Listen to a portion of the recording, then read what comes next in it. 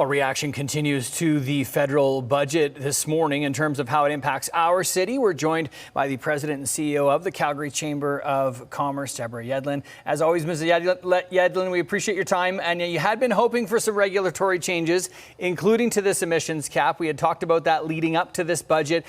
Let's start with your reaction to the Carney government suggesting that it will be eliminated. The emissions cap was effectively a production cap, and that's exactly what we did not need for the energy sector. It took away any incentives for investment to increase production. It was a chill for the oil patch writ large, and this is very, very good news from an energy standpoint and from an Alberta standpoint. We were calling for this. We were also calling for the repeal of Bill C-59, which was the anti-greenwashing bill. So that's also been set aside, which is encouraging as well. Yeah. What else stood out in this budget in terms of regulatory shifts that could have an impact here in Alberta?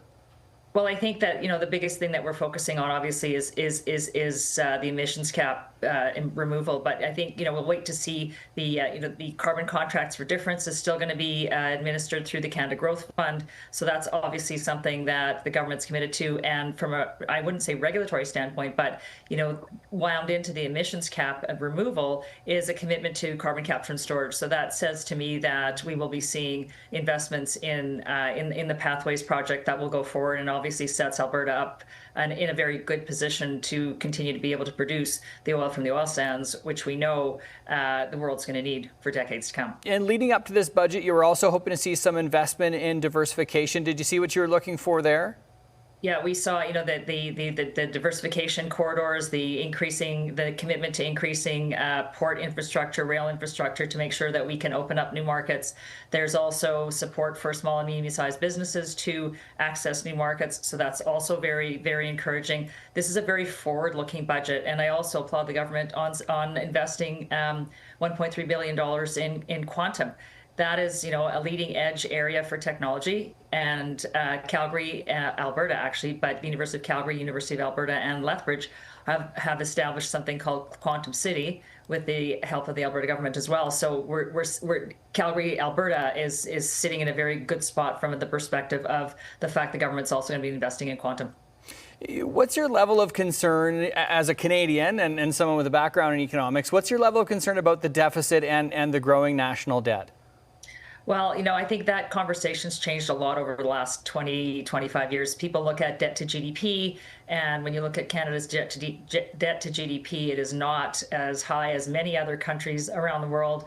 I believe we're the lowest in the G7.